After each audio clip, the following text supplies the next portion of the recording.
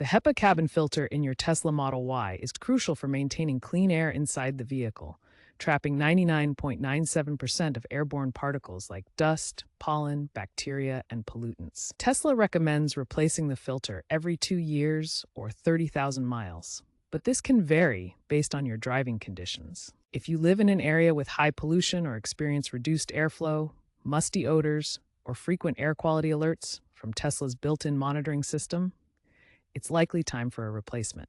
Replacing a clogged filter prevents allergens and pollutants from entering the cabin, improves HVAC efficiency, and can even extend your battery range slightly by reducing the strain on the system. First, park your Tesla Model Y on a level surface. Turn off the car completely and remove the key to ensure safety. Open the hood of your Model Y. Locate the air intake box, which is positioned on the passenger side of the vehicle. Remove the plastic cover that protects the filter. It may be held in place by clips or screws, so check carefully before pulling.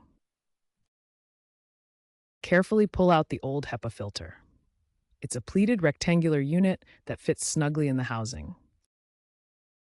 Insert the new HEPA filter, part number 199334-00A or equivalent. Make sure the airflow arrow points toward the cabin for proper direction, and ensure it fits snugly to prevent leaks.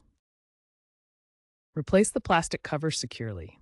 Close the hood, then run the HVAC system on recirculate mode to verify proper sealing and airflow. You can reset the filter reminder through the Tesla app. The entire replacement takes about 10 to 15 minutes. Remember to wear gloves during the process and recycle the old filter according to local guidelines.